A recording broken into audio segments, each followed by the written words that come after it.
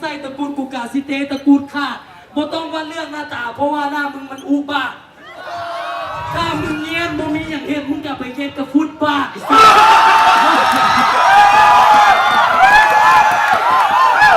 โอเคขอหยุดอธิบายแป๊บก่อนที่จะไปวิดีโอต่อไปถ้าอาทิตย์แล้วนี่ไผได้ไปงานลาวฮิปฮอปเฟสติวัลคือสิได้เบิ่งเนาะว่ามีงาน Rap Battle หรือว่า MC Battle แข่งขันกันอย่างดุเดือดเลยซึ่งนี่อาจจะเป็นครั้งทำอิฐในประวัติศาสตร์ที่ว่าพวกเขาเอา Rap Battle นี่ขึ้นมาในเวทีใหญ่แล้วก็แข่งขันกันแบบบ่เซ็นเซอร์เลยคืองานน้อยหรือว่าเป็น Underground มันก็มีหลายอยู่ดอกเนาะแต่ว่าอันนี้เขาจัดอยู่มอเดินทั้งหน้ามอเลยแล้วก็ติดกับถนนใหญ่อีกนะคนจอดรถเบิ่งเต็มเลยมื้อนั้นซึ่งว่าคนที่มากันหลายแล้วนะแล้วยังมีคนเอาโทรศัพท์ขึ้นมาถ่ายเก็บไว้แชร์แล้วก็ยังมีไลฟ์สดอย่างอีกนะซึ่งการแข่งขันนี่ก็ได้ใส่ความรุนแรงพอสมควรประหารที่ซื้อลิ้วปากแล้วกูซื้อลิ้วเดี๋ยวนี้กูคิดแบบกำจัดกูบู๊จริงลิ้วมึงกูจริงลิ้วที่สัมพันธ์บอกว่า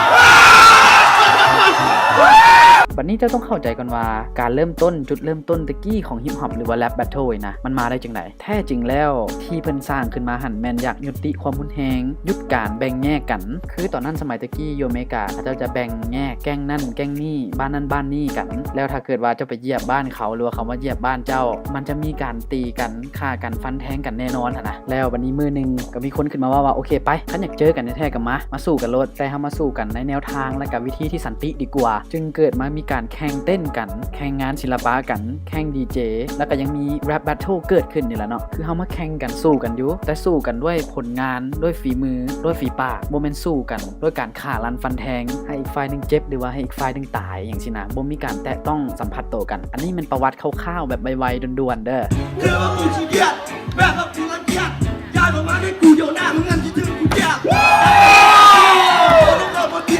แล้วมึงมาตัดหน้าที่ไปไกลๆสู้ยามาเทียบ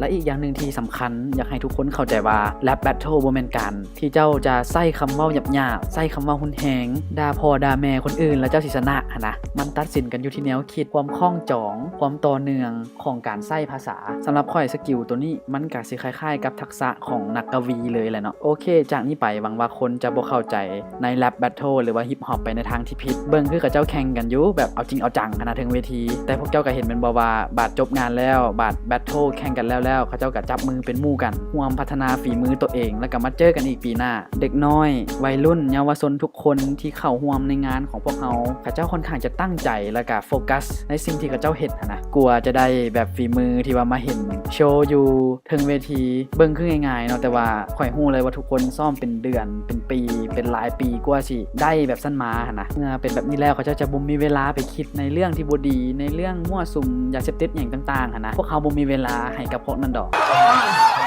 มึงก็ไปเสี่ยงคาไฟย้อนมึงอย่าเสี่ยงจังไห้เห็ดทำชายผีบ้าเป็นไอดอลขอโทษมึงยังบ่ดักซูเบียดานไหน